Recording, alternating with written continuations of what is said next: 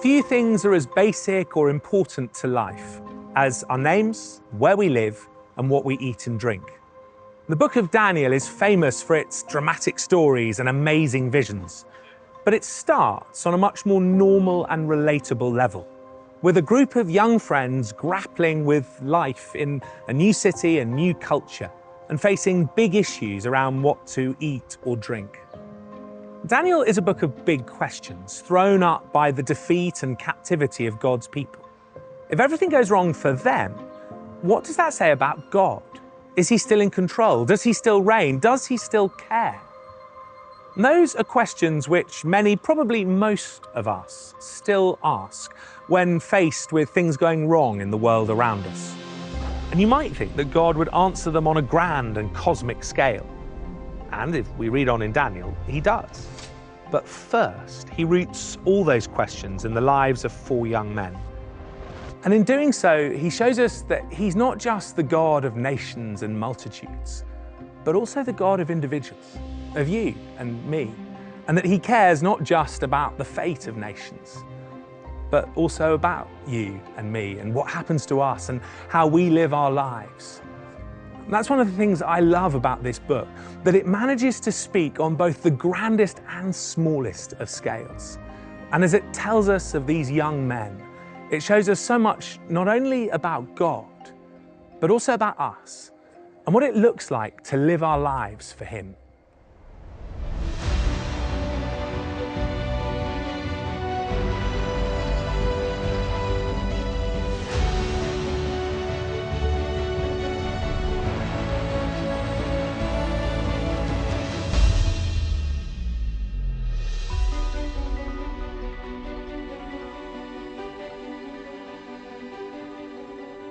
Samaya Asif is a teacher, and she and I met up to talk about living out our faith in the workplace. Thank you so much for meeting up. Yeah, no problem. Tell us a bit about you and your life and your work. Yeah, so currently I'm working in a great school in Brighton. I'm a maths teacher. I teach secondary ages, so around ages 11 to 16. Early on in my career, it was evident that God has put me in this place for a reason, to pray for them, to be here speaking into their lives as much as I can. You know a little bit about Daniel and his friends. What are you hoping you can learn from them? A great question is, what does it look like for me to live out my faith in the different scenarios that I might face in a work day? For example, what does it look like for me to love someone when, a child is kicking off in the corridor? What does it look like if, I've had a bit of an awkward moment with a colleague?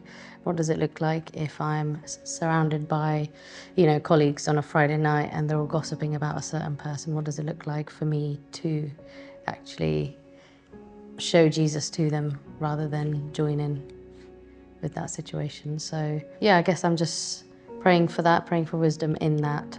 How can I be a good ambassador for Christ in my workplace at the moment? What are the challenges of working as a Christian in a secular environment? The moment I became a Christian, I was very excited and keen to tell people about the experience that I had and about the God that I know and love and who loves me. Being in a setting as my school, I can't just share what I believe. So I think that's definitely a challenge. And do you ever feel under pressure to sort of almost leave your faith at the door? I think sometimes the things that we are being told to teach these young people go against what God says about them and what is in the Bible. So it can be very difficult in those times to know what to do, what to say, and have the wisdom to deal with that.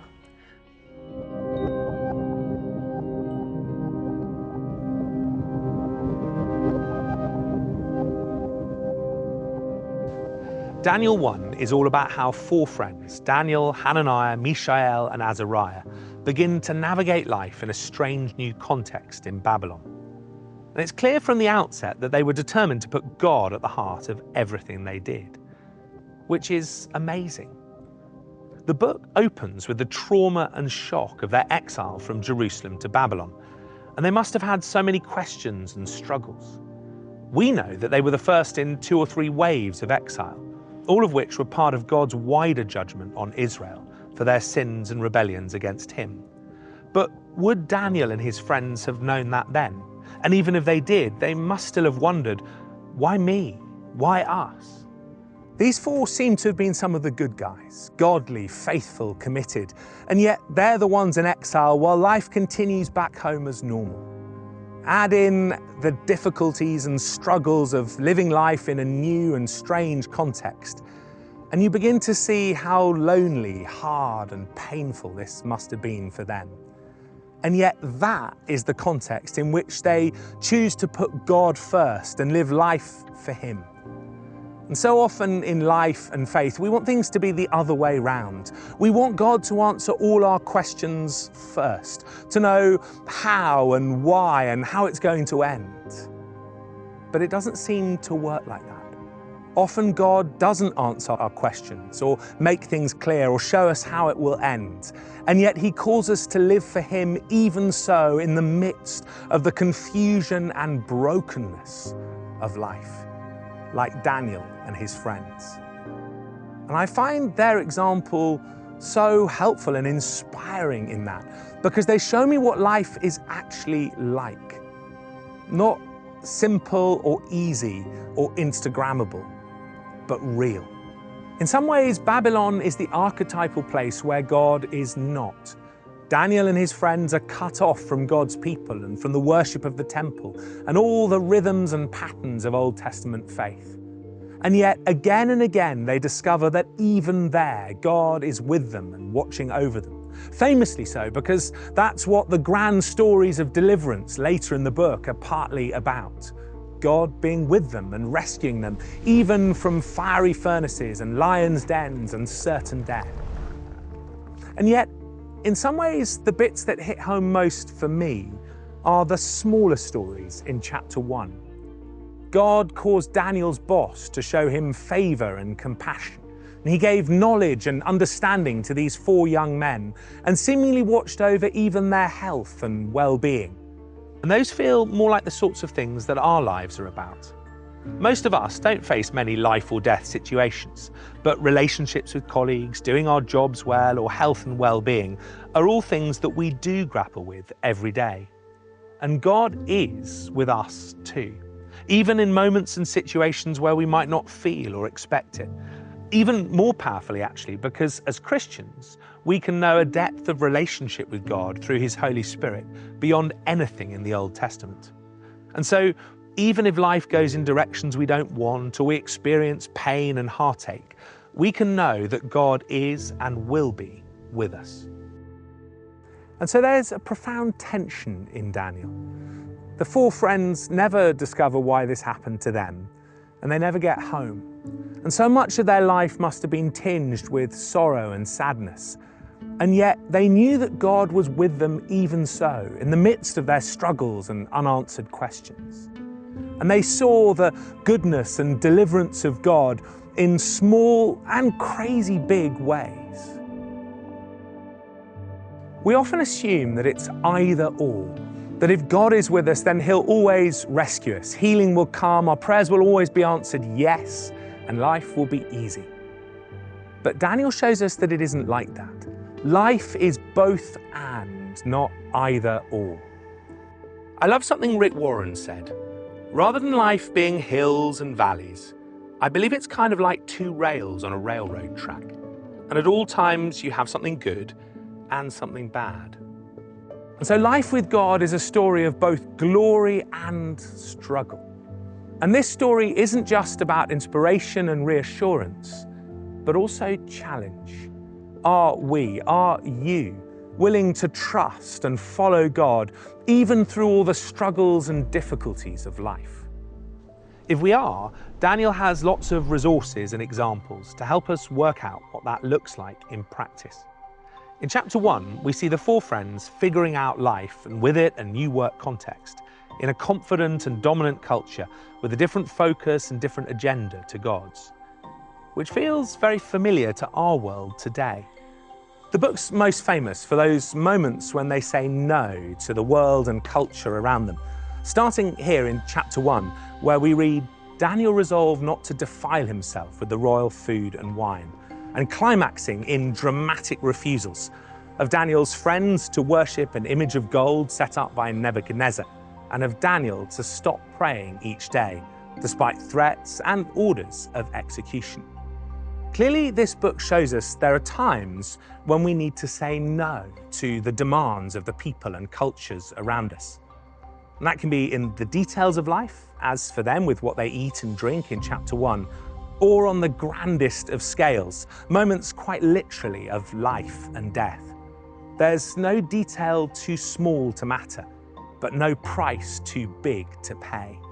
In everything, we always need to be willing and resolved to put God first, no matter what. And yet, just as important to the story of Daniel and his friends are the moments when they say yes to the world and culture around them. Starting with the biggest yes and decision of the whole book, their willingness to work at all for the regime in Babylon. After all, Babylon was a pagan empire ruled by a brutal king who would one day destroy Jerusalem and the temple. It's a strange thought that even as that happened, Daniel and his friends were working for Nebuchadnezzar back in Babylon. And for all the challenges and godlessness of Babylon, they realized that God was calling them to, as their contemporary Jeremiah would later put it, seek the peace and prosperity of the city to which I've carried you into exile. And I think there's something important here for us. We can often be tempted to withdraw from the world around us, to avoid schools or workplaces that aren't exactly as we want them to be. But Daniel's example reminds us of Jesus' call to be salt and light in the world, working for the peace and flourishing of our communities and workplaces. And so Daniel models both disengagement and engagement with the world around us. We're called to work for the good of the communities and companies where we find ourselves, even when there's lots wrong with them. And yet at the same time, always to put God first and be willing to say no when that first priority is challenged. As the book goes on, both elements only grow. Daniel is fully engaged, becoming a state governor and later prime minister, which is quite a career. And yet, right to the end, he's willing to give it all up and even face death in a lion's den, rather than compromise his faith. And that all prompts the question, when do I engage and when do I disengage?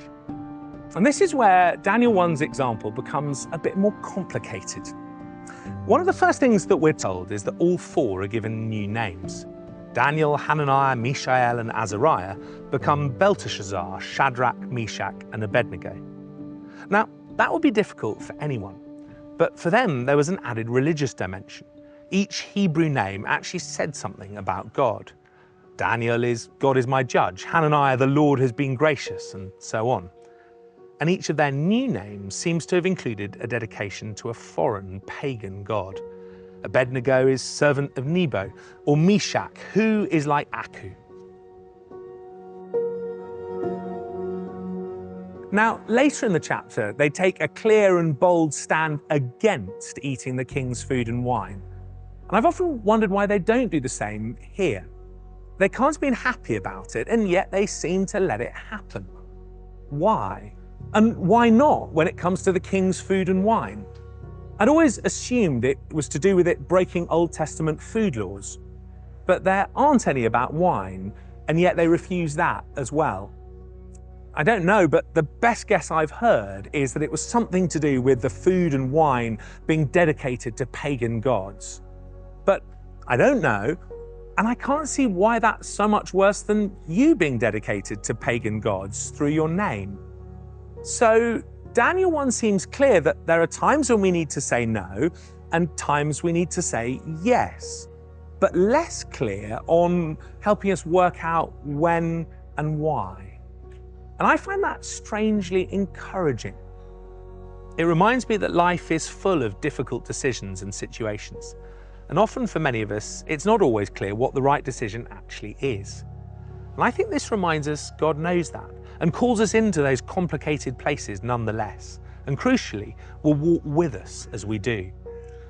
Living and working as a Christian isn't just about finding the right answers and then trying our best to do them. It's about walking with God and looking to Him to help us and lead us and sometimes forgive us through all life's ups and downs. One of the other features of Daniel's life is the way that he was proactive about this. There's lots of prayer in Daniel. He prays in crisis, he prays to ask for something, he prays when he needs wisdom or revelation. And undergirding it all, he prays 3 times every day. And alongside that, he clearly knew and prayed over the scriptures, quoting from Jeremiah at one point and Deuteronomy at another. His reliance on God isn't something that's just passive. He's actively seeking God's help and presence in his life. And if we want to flourish and live well for God, both in the workplace and more generally, then we need to be similarly proactive in prayer and scripture.